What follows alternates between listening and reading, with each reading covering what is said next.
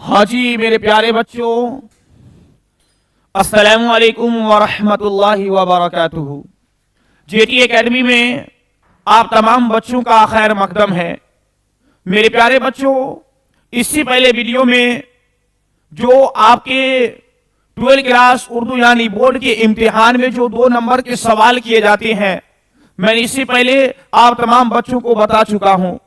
आज मैं और जो आपके इम्तिहान में अक्सर बेशतर जिस तरीके के सवाल किए जाते हैं, आज मैं उन तमाम चीजों को आप तमाम बच्चों को बताने वाला हूं। इसीलिए मैं आप तमाम बच्चों से एक चीज बार बार कहता हूं कि आप तमाम बच्चे के पास वक्त बहुत मुख्तसर और बहुत कम वक्त है, इसलिए अपने वक्त को इधर उधर में जाय ना करे और पढ़ाई को मेहनत और लगन के साथ जारी रखे। इंशाअल्लाह अगर हम ये 15-20 दिन मेहनत के साथ अपनी पढ़ाई को कर लेते हैं तो यही मेहनत रंग लाएंगी और हम और आप तमाम बच्चे जो आने वाले इम्तिहान आपके सरों पर है, उस इम्तिहान के अंदर आप बेहतर और आला नंबर से कामयाबी हासिल करेंगे।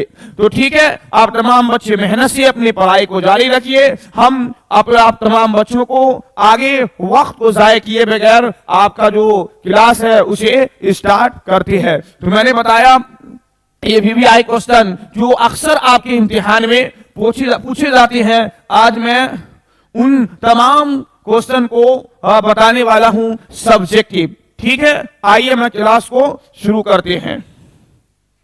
देखिए, सबसे पहला जो सब्जेक्टिव आपका क्या है, सबसे पहला देखिए, बागो बहार का ताल्लुक किस सन से है? क्या है? बागो बहार का ताल्लुक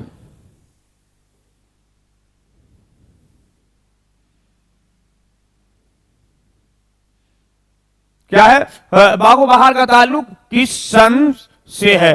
तो देखिए, बागो बहार का ताल्लुक किस सन से है? दास्तान से है। बागो बहार का ताल्लुक किस सन से है? तो बागो बहार का ताल्लुक जो है वो दास्तान से है। ठीक है, आगे देखिए, बागो बहार किसकी तसनीफ है? यानी बागो बहार जो चैप्टर है, पूछ रहे हैं कि इसके लेखक और इसके मुसन्निफ और इसके राइटर कौन है? तो बागो बहार किसकी तसनीफ है? तो बागो बहार जो है मीर अमन देहलवी की तसनीफ है। किसकी तसनीफ है? बागो बहार मीर अमन देहलवी की ये तसनीफ है। आगे देखिए, बागो बहार कहां लिखी गई थी? यानी ये बागो बहार जो है पूछ रहे हैं कि ये कहां लिखी गई थी? तो बागो बहार जो है ये फोर्ट विलियम कॉलेज में लिखी गई थी। कहां लिखी गई थी बागो बहार? फोर्ट विलियम कॉलेज में बागो बहार लिखी गई थी। आगे देखिए, बागो बहार किस किताब का तर्जमा है? क्या है? यानी बागो बहार जो है पूछ रहे हैं कि बागो बहार किस किताब का तर्जमा है? तो बागो बहार जो ये किस्सा 4 दरवेश का है। किसका तर्जमा है? किस्सा 4 दरवेश का ये तर्जमा है। ठीक है, इतना समझ गए? आगे देखिए, आगे देखिए, 7वां, बागो बहार पर मुसन्निफ को कितने रुपया का इनाम मिला था? यानी बागो बहार जो मुसन्निफ मीर अमन देहलवी ने जो लिखा था, पूछ रहे कि बागो बहार लिखने पर मुसन्निफ को कितने रुपया का इनाम मिला था? तो बागो बहार पर मुसन्निफ को कितने रुपया का इनाम मिला था? 500 रुपये का इनाम मिला था। कितना रुपया का इनाम मिला था? 500 रुपये का 500 रुपये का इन्हें इनाम मिला था। ठीक है, आगे देखिए, बागो बहार किस सन में इशाअत हुई? यानी बागो बहार को कब ये शाये हुआ, कब इसको किस सन में लिखा गया? तो इसकी इशाअत किस सन में हुई है? इनकी जो इशाअत है 1804 में हुई है। कब हुई है बागो बहार के साथ? वो 1804 में हुई है। ठीक है, आगे देखिए, बागो बहार में कितने दुर्दशा के वाकयात को बयान किया गया है? क्या है? बागो बहार में कितने दुर्दशा के वाकयात को बयान किया गया है? तो बागो बहार के अंदर 4 दुर्वेशों के वाकयात को बयान किया गया है। बागो बहार में कितने दुर्वेश के वाकयात को बयान किया गया है? बागो बहार में 4 दुर्वेशों के वाकयात को बयान किया गया है। ठीक है, आगे देखिए, किसकी ख्वाहिश पर मीर अमन ने बागो बहार जैसी किताब का तर्जमा किया? यानी बागो बहार, मीर अमन से कौन सी शख्सियत है जिन्होंने ये ख्वाहिश की थी कि बागो बहार जैसी किताब का तर्जमा करे? तो जान गुलकिरिश्त की ख्वाहिश पर इन्होंने बागो बहार जैसी किताब का तर्जमा किया था। किनके? जान गुलकिरिश्त की ख्वाहिश पर। ठीक है, आगे आइए, आगे देखिए, इस इख्तिसाम में किन किन मुल्कों का जिक्र किया है? यानी बागो बहार का चैप्टर है, पूछ रहे चैप्टर के अंदर किन किन मुल्कों का जिक्र किया गया है, किन किन मुल्कों का नाम इस चैप्टर के अंदर आया है? पहला है चीन, दूसरा है माचीन और तीसरा है हिंदुस्तान। तो इस इख्तिसाम में किन मुल्कों का जिक्र? 3 मुल्कों का जिक्र हुआ है। पहला है चीन, दूसरा है माचीन और तीसरा है हिंदुस्तान। यानी कितने मुल्कों का जिक्र हुआ है?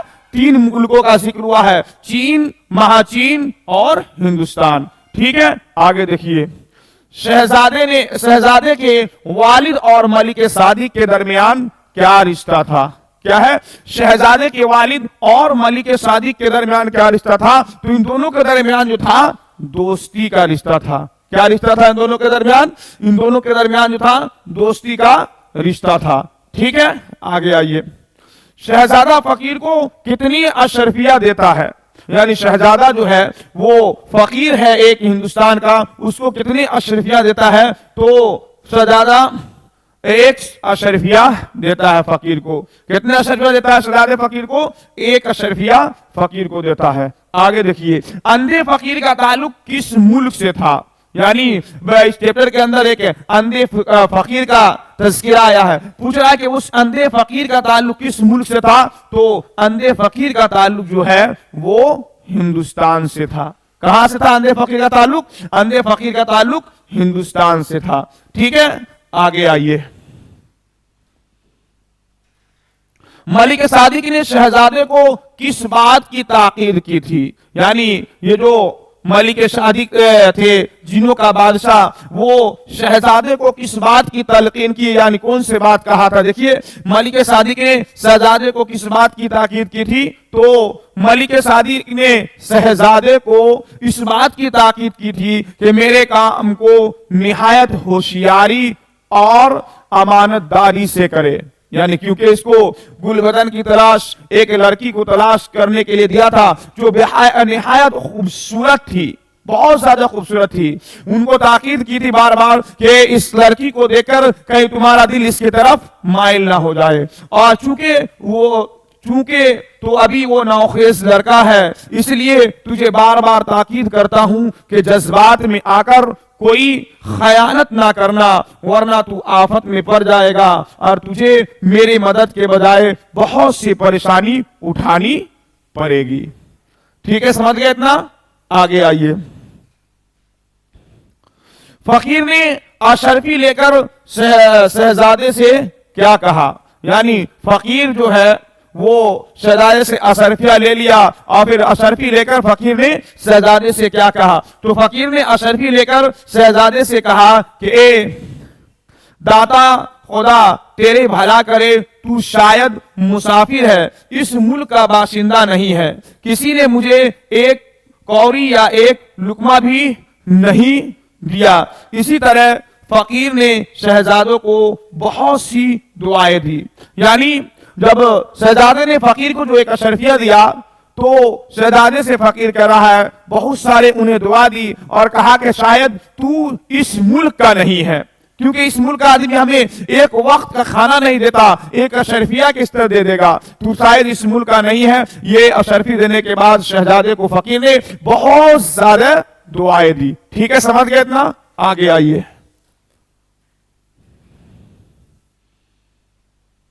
पूरे मुल्क में फकीर की बेटे की शोहरत क्यों थी? यानी जो फकीर है पूरे मुल्क के अंदर इसकी बेटे की जो है शोहरत बहुत ज्यादा थी। वही पूछ रहे पूरे मुल्क में फकीर की बेटे की शोहरत क्यों थी? क्यों इसके बेटी का चर्चा हो रहा था? तो देखिए, पूरे मुल्क में फकीर की बेटी की शोहरत इसलिए इसलिए हुई कि वो अगरचे फकीर की बेटी थी, लेकिन इस कदर खूबसूरत थी कि हुस्न जमाल में अपना सानी ना रखती थी। यानी इसका चर्चा इस वजह से होता था कि ये फकीर की जो बेटी वाकई में फकीर की बेटी थी, लेकिन बहुत ज्यादा खूबसूरत थी, निहायत हुस्न जमाल इनका ठीक ठाक था, इसी वजह से इनका चर्चा बहुत हो रहा था। इसलिए इसके अलावा वो निहायत जी शऊर और अक्लमंद थी। इसी तरह उसके हुस्न जमाल की शोहरत रफ्ता रफ्ता पूरे मुल्क में फैल गया था। इनकी शोहरत क्यों थी? इनकी खूबसूरती की वजह से इनकी शोहरत और इनका चर्चा हर एक जगह हो रहा था। ठीक है, आगे आइए। अब जो है टोबा टेक्सिंग के बारे में इस चैप्टर से भी पूछा जाता है। देखिए पहला क्या है, टोबा टेक्सिंग किस शय का नाम है? यानी टोबा टेक्सिंग किस शय का नाम है? टोबा टेक्सिंग चैप्टर के अंदर बताया गया गांव का भी नाम है, और टोबा टेक्सिंग जो है वो एक पागल का भी नाम है। यहां पूछ रहे हैं टोबा टेक्सिंग किस शय का नाम है, तो टोबा टेक्सिंग जो है एक गांव का नाम है। किसका नाम है? टोबा टेक्सिंग एक गांव का नाम है। और टोबा टेक्सिंग किसका नाम है? तो एक शख्स का नाम है। किस यानी किस चीज का नाम है? तो वो एक गांव का नाम है। ठीक है, आगे देखिए दूसरा, लाहौर पागल खाने के हिंदू और सिख कहां भेजे जा रहे थे? यानी लाहौर पागल खाने के हिंदू और सिख पागल पूछ रहे हैं वो कहां भेजे जा रहे थे? तो हिंदुस्तान भेजे जा रहे थे। कहां भेजे जा रहे थे? लाहौर पागल खाने के हिंदू और सिख कहां भेजे जा रहे थे? तो वो हिंदुस्तान भेजे जा रहे थे। ठीक है, आगे देखिए तीसरा, उस पागल का नाम बताए जिसने अपने मुतालिक मोहम्मद अली जिन्ना होने का ऐलान किए थे। यानी पागल खाने में एक पागल ऐसा था जिन्होंने अपने आप को मोहम्मद अली जिन्ना कहता था। तो पूछ रहा वही उस पागल का नाम बताइए जिसने अपने मुतालिक मोहम्मद अली जिन्ना होने का ऐलान किया था। तो उस पागल का नाम मोहम्मद अली था। क्या था उस पागल का नाम? उस पागल का नाम जो था, उस पागल का नाम था मोहम्मद अली। ठीक है, आगे देखिए चौथा, टोबा टेक्सिंग का असल नाम क्या था? यानी टोबा टेक्सिंग जो था पूछ रहे उसका असल नाम क्या था? तो टोबा टेक्सिंग का असल नाम था बेशन सिंह। क्या था? इनका असल नाम था बसंत सिंह। ठीक है, आगे आइए, टोबा टेक्सिंग की मौत किस जगह हुई थी? यानी टोबा टेक्सिंग जो है आपके चैप्टर के जो किरदार है इस चैप्टर के, इसके मुसन्निफ सलाम बिन रज़ाक है, पूछ रहे हैं टोबा टेक्सिंग की मौत किस जगह हुई थी? तो जमीन के उस टुकड़े पर जिसका कोई नामो निशान नहीं था। यानी टोबा टेक्सिंग की जो मौत हुई थी वो ऐसी जगह पर हुई थी जिस जगह का कोई नाम और निशान नहीं था। उसी जगह पर टोबा टेक्सिंग की मौत हुई थी। ठीक है, आगे आइए,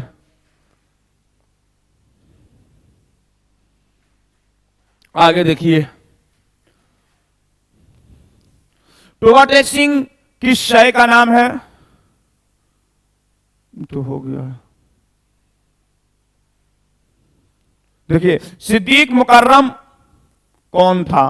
क्या है? सिद्दीक मुकर्रम कौन था? तो सिद्दीक मुकर्रम हबीबुर रहमान खां शरवानी थे। कौन थे सिद्दीक मुकर्रम? सिद्दीक मुकर्रम कौन था? तो सिद्दीक मुकर्रम हबीबुर रहमान खां शरवानी थे। आगे देखिए, गुबारे खातिर के खुतूत किस जेल में लिखे गए? यानी गुबारे खातिर के जो खुतूत है पूछ रहे ये किस जेल के अंदर लिखा गया? गुबारे खातिर के खुतूत किस जेल में लिखे गए? तो किला अहमदनगर जेल में लिखे गए। कहा गुबारे खातिर को खुतूत किस जेल में लिखे गए? वो किला अहमदनगर के जेल में लिखा गया। ठीक है, आगे देखिए, मौलाना आजाद की 3 किताबों के नाम बताए। यानी मौलाना आजाद जो है 3 खुतूत पूछ रहे हैं कि उनके मौलाना आजाद के 3 किताब, यानी अक्सर बेशतर आपके इम्तिहान में पूछे जाते हैं। मौलाना आजाद के 3 किताबों का नाम देखिए क्या है। पहला है गुबारे खातिर, दूसरा है इंडिया वेंस फ्रीडम, और तीसरा है तर्जमानुल कुरान। क्या क्या है नाम इनके मौलाना आजाद की 3 किताबों का नाम? गुबारे खातिर, इंडिया वेंस फ्रीडम, और तीसरा है तर्जमानुल कुरान। ठीक है, आगे आइए, मौलाना आजाद किस मुल्क में पैदा हुए थे, ये हम ऑब्जेक्टिव के अंदर भी बता दिए हैं। मौलाना आजाद किस मुल्क में पैदा हुए थे? तो देखिए मौलाना आजाद जो है सऊदी अरब में ये पैदा हुए थे। कहां पैदा हुए थे मौलाना आजाद? किस मुल्क में पैदा हुए थे? तो मौलाना आजाद जो है ये सऊदी अरब में पैदा हुए थे। ठीक है, समझ गए इतना? आगे आइए, मौलाना आजाद का साल वफात क्या है? क्या है मौलाना आजाद का साल वफात क्या है? तो इनकी जो साल वफात है 1958 में। क्या है इनका साल वफात? क्या है इनका साल वफात? जो है मौलाना आजाद का साल वफात क्या है? 1958 है। इनका साल वफात क्या है? इनका साल वफात जो है 1958 है। ठीक है, आगे देखिए, मौलाना आजाद पहली बार किस उम्र में कांग्रेस के सदर हुए थे? मौलाना आजाद पहली बार किस उम्र में कांग्रेस के सदर हुए थे? तो वो 35 साल की उम्र में कांग्रेस के सदर हुए थे। मौलाना आजाद पहली बार किस उम्र में कांग्रेस के सदर हुए थे? तो मौलाना आजाद जो है 35 साल की उम्र में, कितने साल की उम्र में? 35 साल की उम्र में वो कांग्रेस के सदर हुए थे। ठीक है, आगे आइए, मौलाना आजाद के 3 अखबारात के नाम बताए। पीछे जो गुजरा है मौलाना आजाद के 3 किताब का नाम, और इसमें पूछ रहे हैं कि मौलाना आजाद के 3 अखबारात के नाम बताए। पहला देखिए क्या है? लिसानुस्सिद्क, दूसरा है अल बलाग और तीसरा है अल हिलाल। क्या है मौलाना आजाद के 3 अखबारात के नाम? क्या है? पहला लिसानुस्सिद्क है, दूसरा अल बलाग है और तीसरा अल हिलाल है। ठीक है, समझ गए इतना? आगे आइए, मौलाना आजाद कौन सी चाय पीते थे? मौलाना आजाद जो है पूछ रहे ये कौन सी चाय पीते थे? तो मौलाना आजाद जो है वो चीन की चाय पीते थे। मौलाना आजाद